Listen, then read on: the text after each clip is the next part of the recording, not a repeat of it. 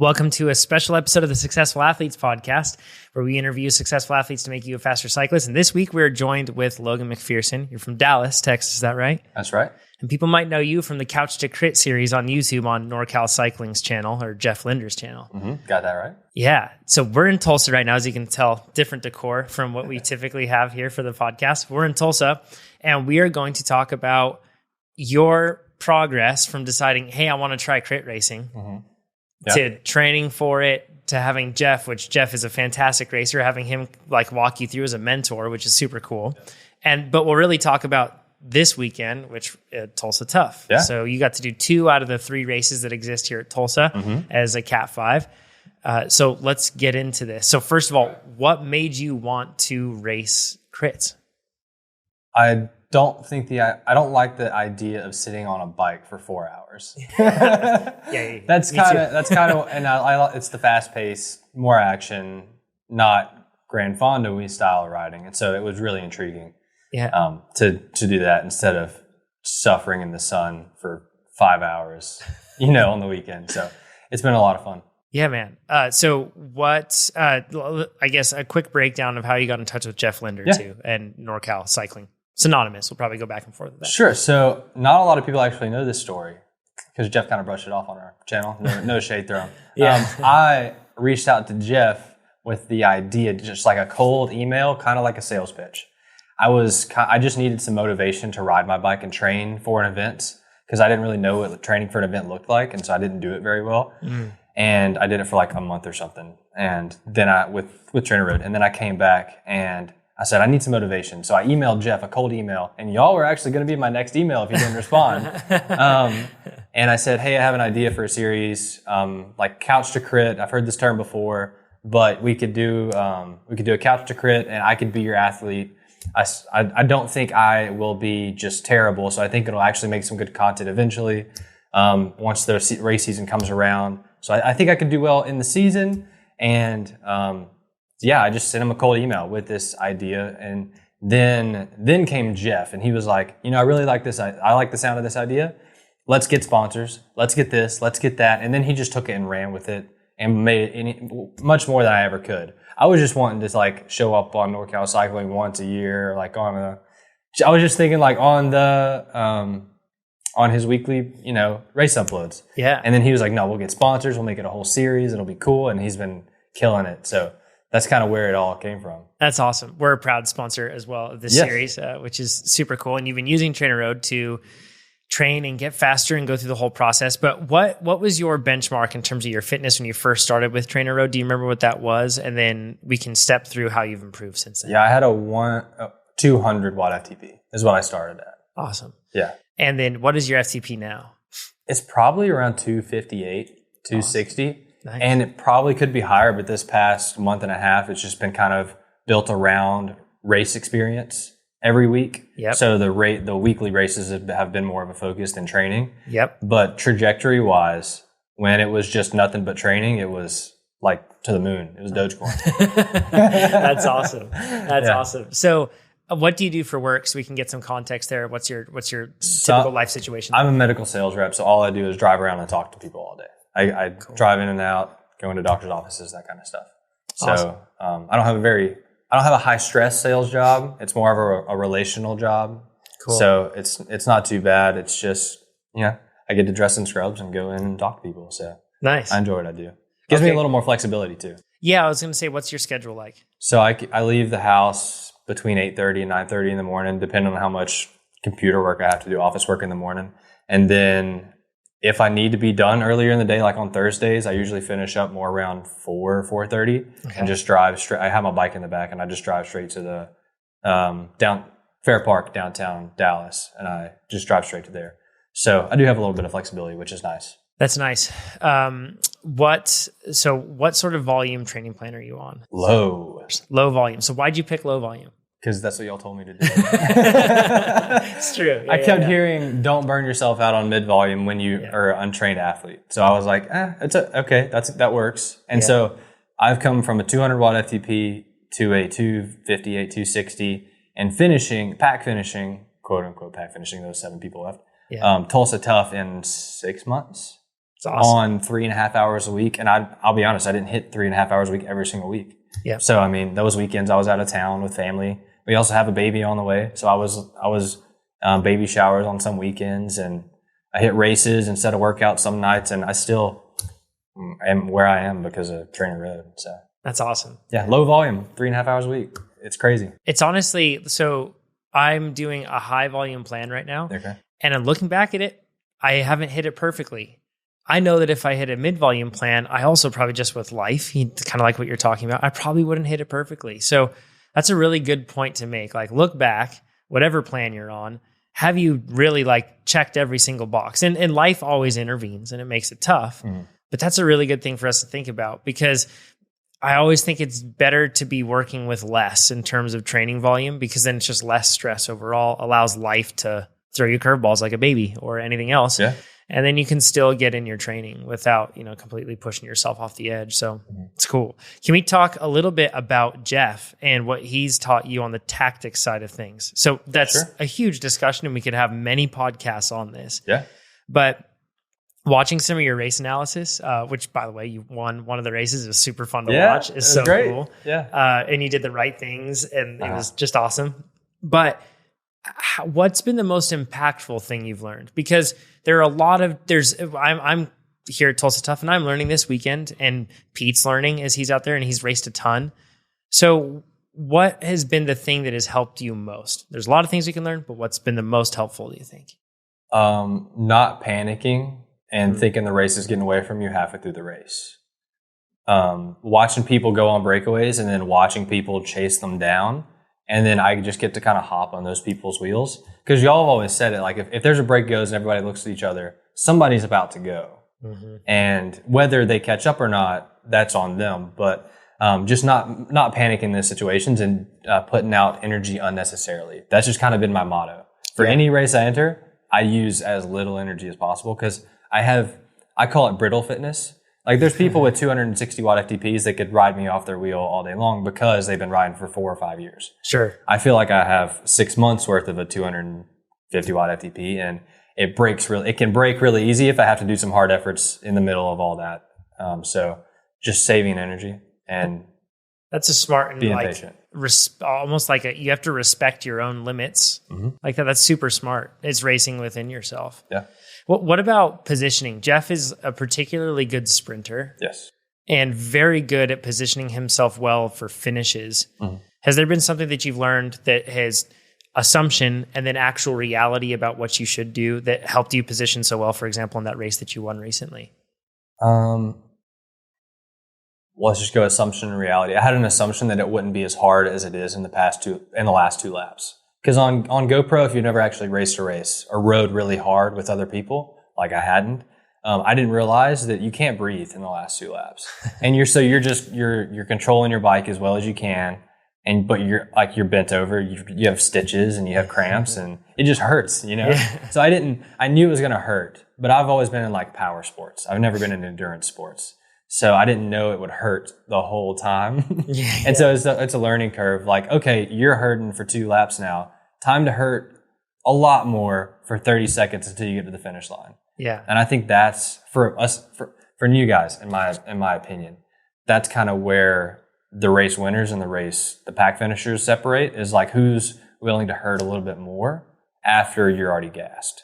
Yeah. And I don't know if that's how it is in the upper levels too. And that's how it works, but I wasn't expecting that at all. Yeah, it's kind of interesting. You assume that somebody's just fresh and they're able to roll across. Yeah, like I see Jeff winding up a however many watt sprint. I'm like, okay, he's chilling.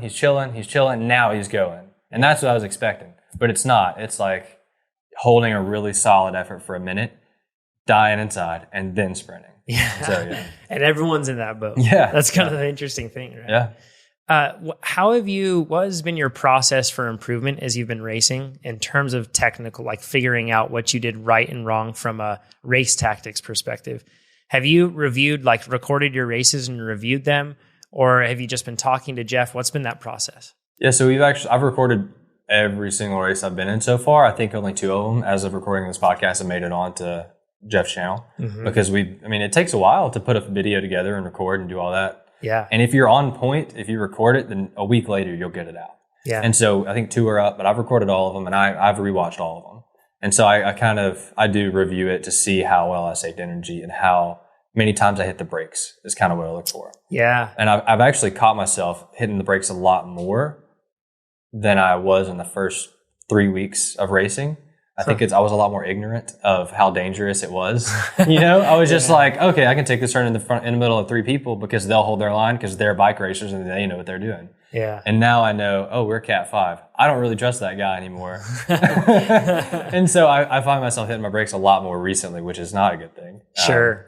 But yeah. I hit my brakes a lot here on night 1. That's for sure. It was the field was for some reason braking at every turn. So sometimes it happens. That nighttime race was, yeah. Oh my gosh. The atmosphere around that race was crazy. Pretty cool, huh? Let's talk about Tulsa a little bit here. So what was your plan? Was this your A race, first of all, for the year? Yes. So what was your plan on tapering for this race? How did you do that? Did you take less time or did you put in less time on the bike, do something differently on the bike or nutrition or rest? So going into it, I had those couple weeks with baby showers and stuff like that. So for those weeks, I actually had roughly a week off the bike and I felt really good on those race days following. And so I just kind of try to mirror that. And I've had a few race weeks recently to where I had training, in the 2 days before, 3 days before. Yeah. And my legs just don't recover as quickly as they probably could as I get further into it. But so that being said, I raced last week. I went a week. I rode outside on Sunday. I rode outside on Tuesday, not max effort, not recovery ride, but just like some intervals. But I definitely didn't overextend myself. And that was really just to keep my legs moving. And then I didn't do anything else I haven't done anything since Tuesday. So I didn't do a race this Thursday. That's kind of my taper week. I didn't really do much and I felt pretty good. So yeah, a little bit easier than normal, less volume. Yeah. Less volume than 3.5 hours a week. Yeah. Hey, it's still less, right? It's all relative. That's the interesting thing is we think that, if it's just 3 hours, and then I can do as much as 3 hours or as little as 3 hours, and it's inconsequential because somebody else does 40 hours. But it's all relative to you. It's not relative to other people. So when you decrease it down to 2 hours, that's a significant reduction. You've got a third that you're dropping out, right? Yeah, I guess so. I hadn't thought about it like that. Yeah. So it definitely makes a difference. Granted, your body is capable of probably doing a lot, right? But in terms of how you dose it, it's all about dosing it with a certain measured amount and then getting the response.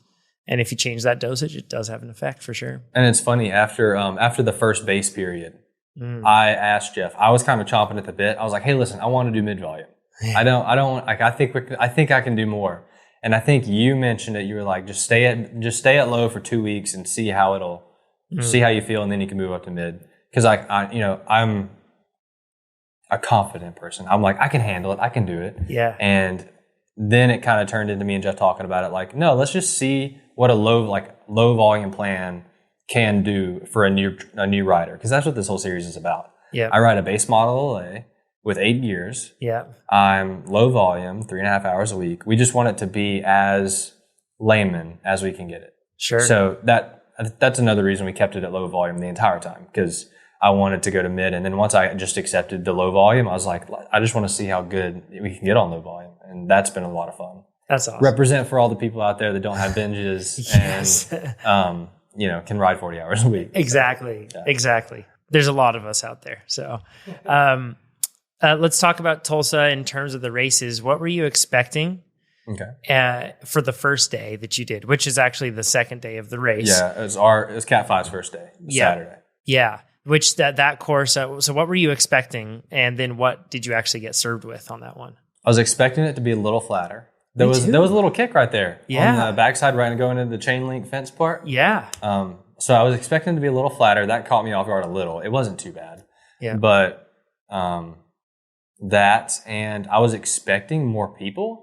So our Cat 5 race, it still had a lot. It was 45 people, I think. Wow. But I was expecting to have 75 people, the staging area full. And I guess it's a blessing in disguise. Like the Cat 5 wasn't packed full of people like the 1-2 race would be. Yeah. So I feel like it was pretty comparable in size to our local Dallas grits, because just the population of Dallas can pull in a good amount of people for the weekly races. The speed was we didn't really slow down in this race. And the first 3 laps were hard. So it was like the first 3 laps hit way harder than they do in Dallas, just in the local race. And then they didn't really slow up. So either you were right there with the front little group or you were getting dropped off the back. And if you fell off at all, you were gone. You couldn't really catch back up. That's something that I noticed with a lot of, so comparing a local race where everybody knows each other and they kind of know how the race will unfold. Yes. You tend to see those more lulls and the changes in pace where people are reshuffling the deck and trying some different tactic. Whereas in a race like Tulsa, it's so aspirational and everyone's so excited and they don't know what to expect. They just ride as hard as they can. And I was expecting it to be a lot more smooth than it was and a lot less squirrely. Yeah. Because I was thinking, well, this is going to be like one of the faster Cat 5 races in the country. People would only come to this if they knew what they're doing. And everyone for the most part, like knew what they were doing. But you don't know the guys you're racing next to. You don't know the course you're racing on, aside from maybe a few laps that you got to ride around before the race started. Yeah. So it made it a lot more squirrely than I thought it was going to be. Yeah. I noticed the same thing in my race too. How did the race end up going? What did you do well? And then what didn't you do well? So I didn't stay within the top 5 people very well. I think I would have been putting out the same amount of power. So just from beginning to end, 45 people started. There were 9 of us that came across the finish line together. Everyone else had dropped off at some point. Wow, that's serious. So that's how much it kind of had split. Whoa. And so I stayed around that 9th, 10th position. And eventually I just looked back and there's no one else behind me anymore. And so I think staying farther up would have put me in a better position for the last 2 laps because I couldn't recover enough to move up at all. Yeah. And so I sprinted for 7th. Nice. But that's kind of how it went. It was good. I finished with the pack and yeah, I think if I just would have been in a better position going into the last 2 laps and wouldn't have had to move up, sure, then it may have been a little different. So it's one thing you did really well is staying on like the north side of all those splits, though. That's great. Yeah. You know, it's easy on a race like this with racers that are, kind of sketchy and making crazy moves all over the place because everybody's nervous and wants to do so well. It's easy to get shuffled back in a field, but you didn't let yourself get too far back. That's awesome. We definitely took the turns a lot faster than I was used to. Like I consider myself a pretty technically sound rider. I kind of grew up on bikes, but I never really trained. My dad was an Xterra triathlon mountain biker. And so I grew up on bikes. So I'm very comfortable handling and stuff like that, taking turns fast. But taking turns fast on a course you don't know, I wasn't really ready for that. So yeah, the first few laps I pedaled out of the corner harder than I probably should have had to. What'd you do for the heat? Because it is so hot Nothing right now. I was not smart. My wife's at home since she's about to, sure, she's nice and pregnant. Yeah. She wasn't able to travel, and so she wasn't able to take care of me. And Yeah. I'm just like a dude that doesn't know his way in the world without his wife. Yeah. I was talking to her on the phone and she goes, yeah, next time because I was talking about food we were talking before like about food and it's hard to find good race food. Yeah. Just in general if you don't make it yourself. And she was like, oh, we'll bring snacks next time. We'll have bottles of water. I'll bring a backpack. I'm like, see, this is why I needed you here. Yeah. Because you're talking about heat. I didn't do anything for the heat. I just tried to sit under a tent. Yeah. I tried to find some shade and hang out in the shade. Yeah. Other than that, on the course, just took it. Got sunburned. It's for those that don't know, and I'm probably going to mess this up, but it's like around 35 C, so probably somewhere, it's like in the low 90s. And then it's just really, I think it's 95. really humid. Yeah. So I think they've had rain the past couple of weeks, and now it's just hot, and so the moisture in the air is ridiculous. Humid. Yeah. So riders have had heat stroke even, so pretty rough stuff. Yeah. So, okay, so fans are having heat stroke. Yeah, fans. I had a little news interview that we were talking about with like the local news channel. Yeah. And so I turned it on when I got back to the apartment or back to the hotel room, and the news was saying 7 spectators today have had to go to the fire truck, ambulance for heat stroke. Jeez. So just spectators, just watching. It's crazy. It's hot. Yeah, it's very warm. Let's talk about today. Today's the famous River Parks crit. So it's the one with Crybaby Hill. Crybaby Hill. Were you surprised at all by that course? I rode the course and I was surprised. Mm-hmm. So I didn't get to pre-ride it. I didn't want to wake up. I decided to rest, sleep in more. Smart. Because I did have some friends here. So I didn't want to make it just like, hey, I'm not talking. After 9 p.m., I'm not hanging out with you. So I wanted to sleep in a little bit. I thought that'd be more beneficial than getting the pre-ride the course. But that off camber downhill turn into the start finish line, that kind of got me. Yeah. Like I didn't know how fast I could go in it, so I never really went full throttle through it. And the hill was just the hill, you know? Yeah. One thing people don't understand about Crybaby Hill is that's the first part. Yeah, it keeps going up. It keeps going after that. I had heard that, but I forgot. And then I turned the turn and like, no. Yeah. No, go back down. It's steep and it's cool that with all the people there and everything else. But then after that is when it actually really hits. Yeah. And it's not as steep, but it drags. Yeah. And then after that, it goes down and then it drags again. It goes up again. Can you make it over that second hill with momentum if you're going quick enough? Yeah. Like, do you think the faster guys, because we were making it like 3/4 of the way, then we were having to grind it a little bit. Yeah, I think so. But I feel like if you can keep your speed, it would work there. Yep, keep your speed, and then they carry into the next one, and that's a good spot to move up, right? Interesting. Okay. It's this. Most people, when the road goes up in their face, it's very logical and clear to them to get out of the saddle and to hammer. Yeah. But and then when the road doesn't do that, it's like the subconscious reaction that this is when I shut down. Yeah. And I can coast and I can recover from that for a little bit, or I can even just soft pedal. Yeah. But when you go over the top of a climb, if you know that all of your competition is having a certain mindset and they want to recover from that hard effort, all you have to do is flip the deck, right? And in that situation is just keep the gas on for longer. Yeah. You don't have to absolutely crush it and crush yourself, but you just keep that gas on a little longer. And it can be really helpful to allow you to sag climb the beginning when people are hammering really hard. And you can know that, well, I'm going to just take a bit of the sting out of this steep part, and then over the top of it, I'm just going to keep the gas on a little more, and that will allow me to actually catch them, carry momentum, and recover. Cool. Did you find it hard to recover on this course? Because you do those rolling hills, and you come down, then it's a very long, flat straightaway that you could have. Yeah, and that flat straightaway, I felt like it got strung out, and so it was hard to recover. Like everyone in my mind, that's where everyone thought we were okay. Time to recover, and then the front 7 guys are like, nope, let's go. Yeah. And so. And then you've attacked in the flats. It was definitely hard to recover. And then you get that really steep hill again. So it's like this vicious cycle. It's kind of like doing 30-30s almost, or 1 minute on, 1 minute off. Yeah. But then you also, in the middle of that 1 minute, you have to carry, sweet spot while you're trying to hold on. Yes, absolutely. How'd the race go for you? Great. I won. You did it. That was the original plan. Not at all. Yeah. No, I probably made it 4 or 5 laps with the pack. I don't even know if I made 5 laps with the pack. I got pulled like lap 6 or 7. Yeah. Out of how many laps roughly? I think there was like 12. 12 laps. I didn't make it halfway through the race. I know that. So maybe it was less than that. But again, there was more people today. So it's probably about 50 people. Out of 50 people, the last pack was probably 6 people. Wow. Maybe, about 6 people. It was the last pack. And they didn't break away. It's just attrition. No, it's just people that's the peloton. Yeah. The peloton is 6 people. Yeah. And I think there were still 10 people total on course that didn't get pulled. Wow. So there were like 3 other guys in the back still circling around to finish.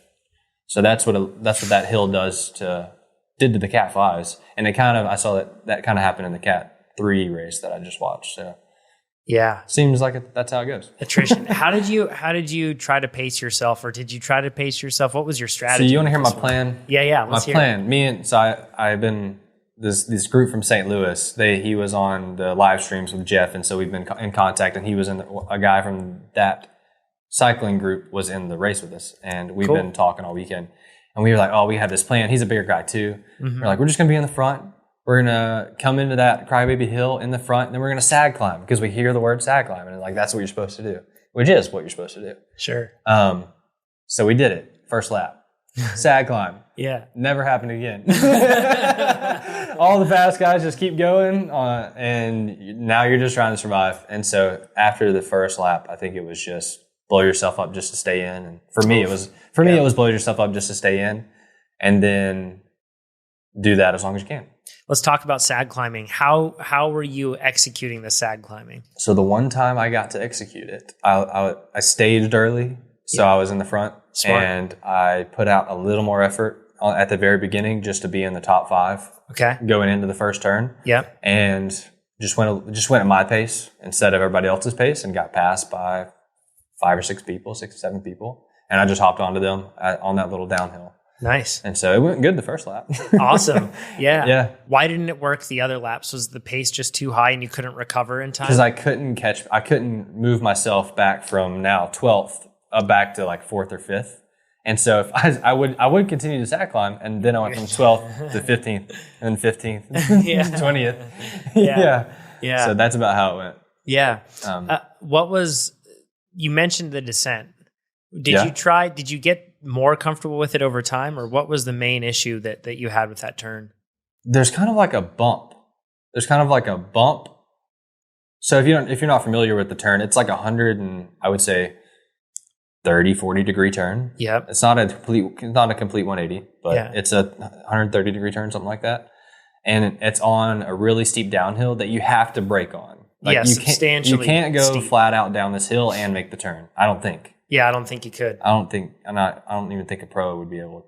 Like it's just the math. The physics. The math doesn't work. Yeah. So that hill, I didn't know how much to brake. So I was I think I made 6 laps or so. On the 6 laps, I was either braking too much, and so I didn't carry as much speed onto the flat as I needed to, or I was just that was really the issue. I don't think I took the corner as fast as I could have the whole time. Sure. And it was kind of off camber. So there's like a little bump in the middle of this 180 degree turn. So you're leaning your bike, and all of a sudden your front tire is like the same height as your back tire, even though you've been going downhill. And then it bumps back down again a little bit, and it's just technical. Yeah. It's really technical. Kind of unsettled your bike in the middle of the sketchy turn while being off camber. Mm-hmm. Yeah. So throwing everything at you at once. Mm-hmm. That's a tricky turn. And I think we just rode the course when it wasn't closed down or anything else like that, but checked it out. And with that sort of turn, there's a temptation, because you know it's coming up and it's such a focal point, there's a temptation to roll in early to that turn and to start turning pretty early because you're thinking about it and you're so fixated on it. Mm-hmm. But the fastest people, when they do it, they wait. And it's like a cold-blooded thing. You have to keep the blood cool to be able to wait that long, and then they roll in. Interesting. Do you miss that bump a little bit when you take that long? Exactly right. Oh, no. That's the bump. Yeah. There's still some bumpiness to it, but that's a good thing to keep in mind is when there's an obstacle in a turn, a lot of the time we just look at it like this turn just has that obstacle, and I'm going to have to deal with it. Yeah. But instead, if you take a step outside of your line that you've seen and instead think of all the lines that you could take, suddenly it reshapes that kind of argument inside your head of you have to go over this thing. No, you don't. Because if you just drew it on a piece of paper, the apex is over that technical bump that may slow you down a little bit. But what you're saying makes sense. Yeah, and if you'll see that the top riders, they'll be sitting way over in the gutter, basically, and way out there to give themselves the best opportunity to carry the most speed, but also have the most line choice available to them. Because if they're further out for longer, they can choose more options going through. So fascinating, man. Well, way to go. This is one of the hardest criteriums you can do in the country, if not the hardest. To know. and this is your first season of racing, and you crushed it. And it's just super cool. I'm excited for it. What do you have next? What's your plan? Are you going to do a reset for the season now that you have a little one coming? Or? Yeah, so I'll probably finish out until the baby comes. I have a month as of right now from due date to due date. And so Thursdays for now, just getting as many crits in as I can, having fun. And then from then on, it's kind of like, okay, I need to figure out what my new quote unquote schedule is with the baby, because I hear they don't have schedules. This is my first one. So I need to figure out what my new life will look like, and then I can start. I plan on training while having a baby. It's 3.5 hours a week. I think I can find that. Sure. So I think I'm going to try to keep the fitness I have, and then over the winter, just build it back up and get as strong as I can. And I kind of want to do the Nate thing. I want to see if I can go cat to whatever, cat to cat, like cat 5 to cat whatever in 1 year. So sweet. We'll see how it goes, because we have 2 sanctioned races. Well, this year, one of them's not sanctioned, but usually we have 2 sanctioned races every single week. Okay. And it's not like I would have to drive 3 hours, and it would just be right in town. So I think it'd be fun to try to do that in 1 year. Yeah, 2 opportunities in a week. You absolutely could. That'd be awesome. it'll be on the fast track. Hopefully Jeff will still be guiding you and analyzing and everything else. See how far we can take it. It'd be fun to do some more race analysis with you as well. So when you do that and get on that path to getting up to whatever you end up reaching, let us know. It'd be fun. Awesome. So Logan, if people want to get in touch with you and ask you about what you've done, because we didn't go into great detail, but just the same, you've got a long drive ahead of you here back down to Texas. So, but if they want to get in touch with you to be able to ask you different questions about your equipment or nutrition choices while you trained, all that sort of stuff, where can they do that? So I'm not huge into social media, but because of this, doing this whole channel with Jeff, I've created a YouTube channel. Cool. And there's not anything on it yet, but I want it to be more of focused toward lower category racers because there's not a whole lot of that on YouTube. Yeah, for sure. So I've created it. It's LMC Cycling. Cool. So just my name, LMC Cycling. It looks like L Cycling. So LMC Cycling, and that's on YouTube and Instagram right now. So just DM me on Instagram on that channel. Cool. And I'm going to do like a recap of all, like everything, every picture that I have from Tulsa or just highlights from the weekend. Cool. I'm going to start uploading all that when I get back home. So awesome. That's where you can reach me. I appreciate it, Logan. Thanks for doing this. Thanks to Jeff Linder, friend of the podcast, for doing this program as well. It's been really cool to see your progression. Mm-hmm. So it's been a lot of fun. It's been a crazy experience. Like I said, I wasn't expecting it to turn into this when I reached out to Jeff, but I'm so thankful it has because it's been a great experience. It's been awesome. And if you want to know, if you're watching this right now and want to know more, you can go over to Jeff's channel and you can check out the Couch to Crit playlist that he has. So you can see all the different things that he's done. You've had lots of different people on there giving you tons of really good advice. So it's a gold mine of information. Absolutely. So, thanks a bunch, man. Safe travels. We'll talk to you soon. Thanks. I appreciate it.